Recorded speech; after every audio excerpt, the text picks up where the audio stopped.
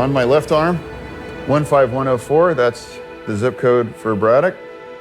And on my right arm, these are the dates of the people that we lost.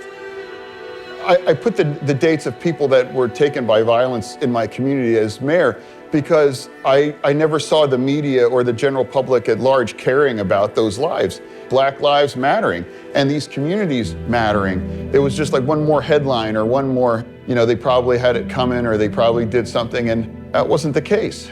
Up until that point, becoming mayor, I'd never seen the victim of what a gunshot can do to somebody. I've never seen a military-grade rifle round go through the forehead of somebody until I became mayor. There was an episode over 8 years ago where I was outside with my young son, who was 4 years old at the time, and I heard this crushing burst of gunfire coming from a corridor that was the scene of dozens of shootings, some fatal, some not. And I immediately made a series of split-second decisions. Get my son to safety, call 911, and then I saw an individual dressed entirely in black and a face mask who was running from that scene in the direction of our elementary school. This was a few weeks after the Sandy Hook child massacre.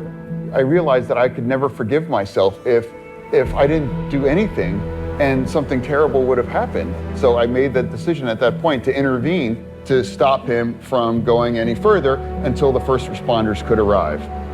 As mayor, I always believed it was my duty and obligation to protect and safeguard my community, and that's exactly the place that I was coming from.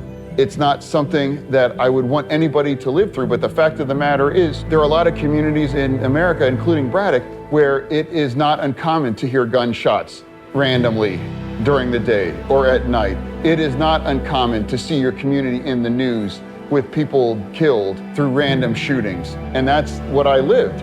And 4 short months after that awful episode, not only was I reelected by a more than 3-to-1 margin, we also celebrated the 5th anniversary of no loss of life in our community through gun violence. That remains, to this day, I think the thing I'm most proud of in public service.